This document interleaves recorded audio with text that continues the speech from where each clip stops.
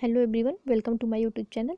आज हम बात करेंगे मध्य प्रदेश की विधायिका के बारे में, है ना। Legislature of Madhya Pradesh.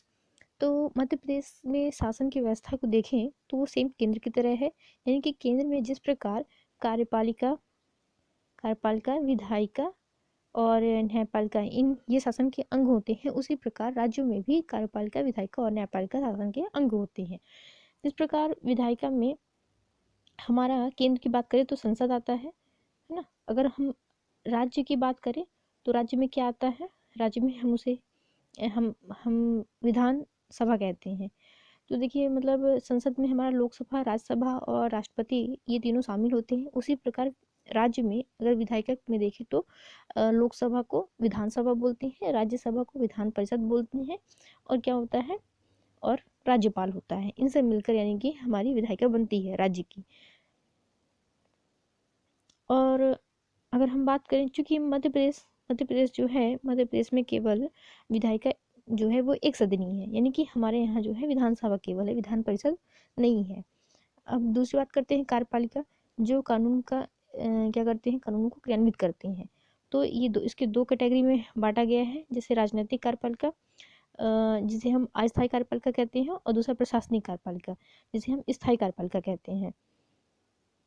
तो राजनीतिक कार्यपालिका में जो है वो दो कैटेगरी आते हैं, यानी कि एक तो हमारे राज्यपाल होते हैं जो कि नाम मात्र का होता है। जिस प्रकार अगर हम केंद्र की बात करें तो केंद्र में क्या आते हैं, प्रधानमंत्री केंद्र में आते हैं, जैसे राष्ट्रपति, और वास्तविक जो होते हैं वो प्रधानमंत्री होते हैं। उसी तरह राज्य में भी जो नाम मात्र होते हैं वो राज्यपाल होते हैं, है ना, और जो वास्तविक होते हैं वो क्या होते हैं, मुख्यमंत्री होते हैं।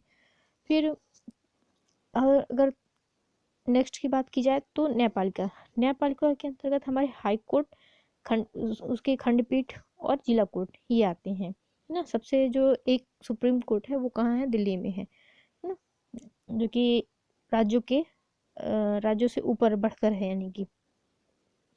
आगे हम बात करते हैं मध्य प्रदेश में सीटों का वितरण। तो देखिए, मध्य प्रदेश में विधानसभा विधानसभा को विधानसभा जब अविभाजित मध्य प्रदेश की अगर हम विधानसभा की बात करें तो उसमें 320 सीटें थी। वर्तमान में हमारी 230 सीटें हैं, प्लस एक इसमें लिखा हुआ है, लेकिन अब एक जो है जो आंग्ल भारतीय या एग्लो इंडियन है उसको समाप्त कर दिया गया है, लेकिन यहाँ पे लिखा हुआ है। तो देखिए, अनुसूचित जनजाति के लिए कितनी है, 47 सीटें हैं, और अनुसूचित जाति के लिए 35 सीटें हैं, है ना। इसको तो अब एक एग्लो इंडियन को समाप्त कर दिया गया है ये। फिर देखते हैं लोकसभा। तो लोकसभा में भी अगर मध्य प्रदेश में लोकसभा की सीटों को देखें तो इस अविभाजित मध्य प्रदेश के समय 40 सीटें थी। वर्तमान में कितनी है, 29 है। 29 में से अगर हम कैटेगरी देखें तो SC ST के लिए जो है 4 हैं, जिसे हम बताएंगे फिर, मतलब 6 जगह कौन कौन सी हैं जो लोकसभा के लिए रिजर्व है। और अनुसूचित SC के लिए 4 सीटें हैं, है ना। ऊटी भी दे, यानी कि उसे उज्जैन, टी से टिक, मेरा ट्रिक है एक, ऊटी ऊटी भी दे, है ना, ऊटी भी दे। तो उसे हमारा उज्जैन हो गया, टी से टीकमगढ़, भी से भिंड हो गया, और दे से देवास। ये 4 मतलब जिले हैं जहाँ पे SC कैटेगरी के लिए लोकसभा सीट रिजर्व है।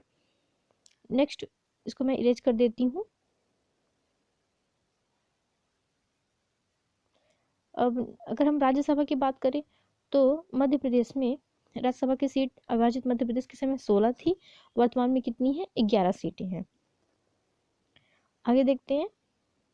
तो देखिए, यहाँ पे लिखा है विधायिका कानून निर्माण करने वाली क्या है, संस्था है, यानी कि कानून का निर्माण करने वाली संस्था को विधायिका कहते हैं।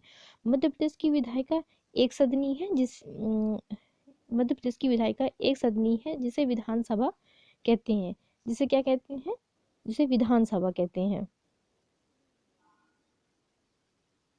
जिसे विधानसभा कहते हैं। मध्य प्रदेश गठन के पश्चात 1 नवंबर 1956 को मध्य प्रदेश की विधानसभा अस्तित्व में आई थी। इससे पहले इससे इसका पहला अधिवेशन जो है वो 17 दिसंबर 1956 को हुआ था। वर्तमान विधानसभा अवधि जो है वो कौन सी चल रही है, 2018 से लेकर 2023 तक की अभी विधानसभा चल रही है। फिर देखते हैं नेक्स्ट पॉइंट, मध्य प्रदेश में विधानसभा सीटों की जो संख्या है वो 230 है, जबकि विधानसभा सदस्यों की संख्या कितनी है, 231 है ना, यानी 200 सीट निर्वाचित होते हैं और एक क्या होता है, आंग्ल भारतीय लिया जाता है, मतलब लिया जाता था, अब नहीं।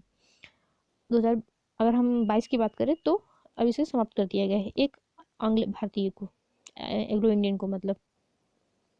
नेक्स्ट पॉइंट देखते हैं, 230 सदस्यों में अनुसूचित जनजाति 47 सीट रिजर्व है और एससी के लिए 35 सीट रिजर्व है।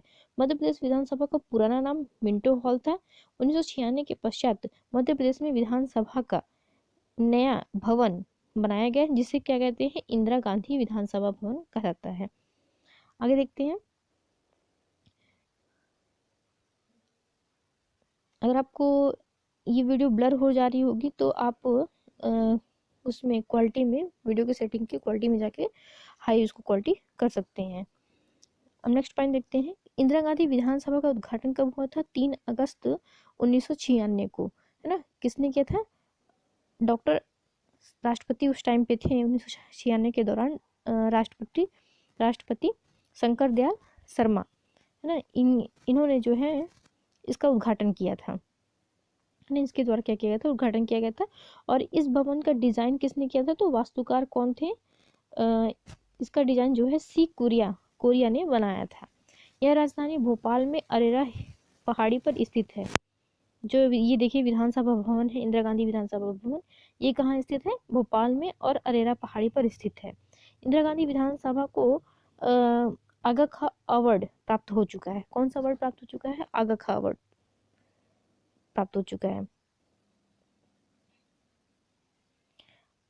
इधर देखते हैं, चार्ल्स कोरिया के बारे में दिया गया है, संक्षिप्त टिप्पणी देख लेते हैं। इनका जन्म कहाँ हुआ था, हैदराबाद में हुआ था 1930 में। इनकी मृत्यु कहाँ हुई है, मुंबई में हुई है।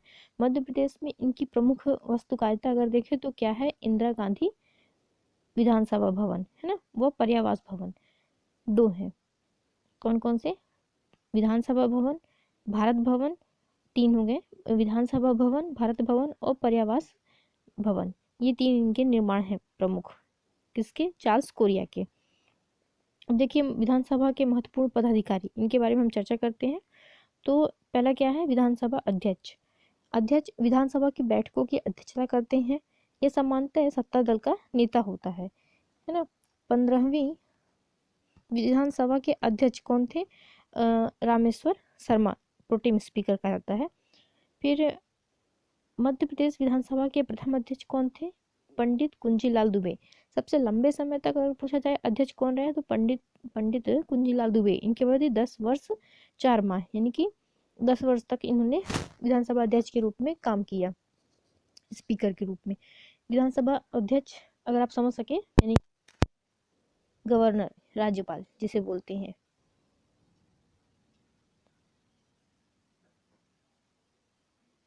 सॉरी, मतलब लोकसभा का स्पीकर जैसे होता है उस तरह का विधानसभा अध्यक्ष होता है। अब देखते हैं विधानसभा उपाध्यक्ष के बारे में। सॉरी, मिस्टेक बहुत हो रही है। वर्तमान में विधानसभा के अध्यक्ष नाम नहीं दिया हुआ है, तो आप लोग देख लीजिएगा वर्तमान में कौन है भी। सबसे कम समय तक विधानसभा अध्यक्ष कौन रहे हैं, ये तेजलाल टेभरी, ये रहे हैं सबसे कम समय तक। ये अधिकतम 5 माह 1 दिन तक रहे हैं, मतलब मिनिमम। सबसे कम कौन रहे हैं, तेजलाल टेभरे। विधानसभा उपाध्यक्ष की बात करें तो विधानसभा उपाध्यक्ष अध्यक्ष की अनुपस्थिति में सदन की अध्यक्षता करता है। यह सामान्यतः क्या होता है, विपक्षी दल का नेता होता है।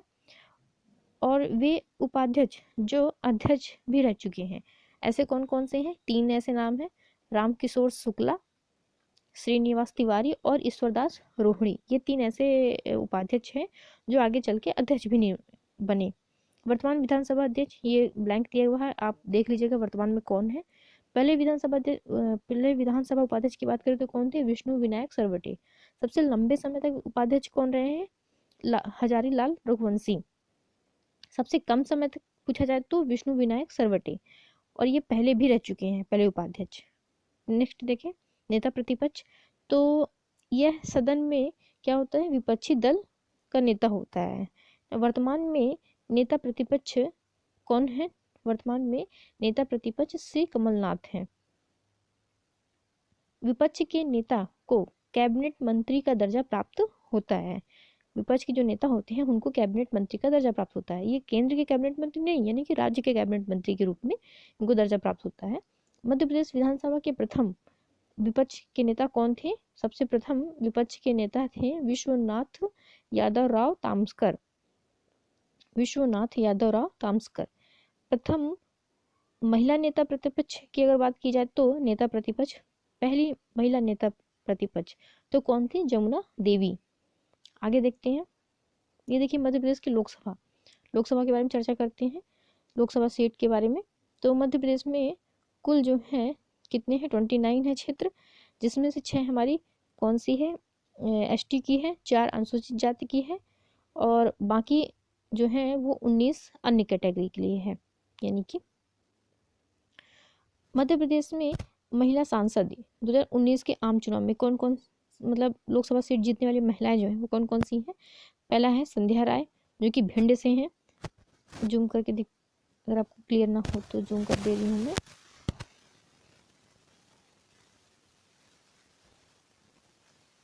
अब देखते हैं, पहली कौन है? संध्या राय, जो कि भिंड से हैं। दूसरी साध्वी प्रज्ञा सिंह, जो कि भोपाल से चुनकर आई हैं। तीसरी हिमाद्री सिंह, ये शहडोल से। और चौथी रीति पाठक सीधी, जो कि सीधी हमारा जिला है, मैं सीधी जिले की हूँ। ये हमारे यहाँ सांसद रीति पाठक गई है मध्य प्रदेश से। अब देखते हैं मध्य प्रदेश में राज्यसभा। मध्य प्रदेश में राज्यसभा की सीटें कितनी हैं? 11 सीटें हैं। वर्तमान में मध्य प्रदेश से राज्यसभा सदस्य निम्न है ना। राज्यसभा में अगर देखें मध्य प्रदेश के कौन कौन से हैं और कौन कौन सी पार्टी हैं, देखते हैं, है ना। पार्टी और इनकी नियुक्तियाँ और इनकी नियुक्ति वर्ष, और जूम करके देखते हैं। क्लियर दिख रहा होगा आई थिंक। देखिए, सबसे पहले बात करते हैं संपत्तियाँ उइके। संपत्तियों की, ये बीजेपी पार्टी की है, यानी भारतीय जनता पार्टी। इनकी नियुक्ति 2017 में हुई है और ये कब तक रहेंगी? 2022 तक रहेंगी। दूसरा देखते हैं एमजे अकबर। ये भी भारतीय जनता पार्टी के हैं। 2016 में इनकी नियुक्ति हुई है और 2022 तक रहेंगे। सुमेर सिंह, ये भारतीय जनता पार्टी के हैं और 2020 में इनकी नियुक्ति हुई है, ये 2026 तक रहेंगे। प्रभात झा, ये भारतीय जनता पार्टी के ही हैं, 2014 से लेकर अब 2020 तक थे। और कैलाश सोनी, ये भी बीजेपी के हैं, 2018 से लेकर 2024 तक रहेंगे। अजय कुमार सिंह बीजेपी के ही हैं, 2018 से लेकर 2024 तक। तंवर चंद गहलोत, है ना, ये बीजेपी 2018 से लेकर 2024 तक। धर्मेंद्र प्रधान, ये भारतीय जनता पार्टी 2018 से लेकर 2024 तक। ज्योतिराज सिंधिया, भारतीय जनता पार्टी, चूँकि ये पहले कांग्रेस पार्टी में थे, फिर आपने हाल ही में सुना होगा कि उन्होंने अपने दल को बदल लिया, यानी बीजेपी ज्वाइन कर ली, जिससे हमारे मध्य प्रदेश में क्या हुआ? उपचुनाव करवाने पड़े थे। फिर ये 2020 में इनकी नियुक्ति हुई है, 2026 तक रहेंगे। दिग्विजय सिंह, भारतीय राष्ट्रीय कांग्रेस, जो कि 20 में नियुक्त हुए हैं, 2026 तक रहेंगे। और राजमणि पटेल, कांग्रेस, 2018 से लेकर 2024 तक ये भी रहेंगी। देखिए, एक यहाँ पे संक्षिप्त में नोट दिया हुआ है समाचार पन्नों से। गो कैबिनेट गठन करने वाला देश का पहला राज्य कौन सा है? मध्य प्रदेश। मध्य प्रदेश ऐसा पहला राज्य है जिसने गो कैबिनेट को गठन किया है ना। आई थिंक अगर आपको ये वीडियो अच्छा लग रहा हो तो मैं और भी वीडियो ऐसे बनाती जाऊँगी। प्लीज़ मेरे चैनल को लाइक कीजिए और सब्सक्राइब कीजिए। देखने के लिए धन्यवाद। Thank you for watching video.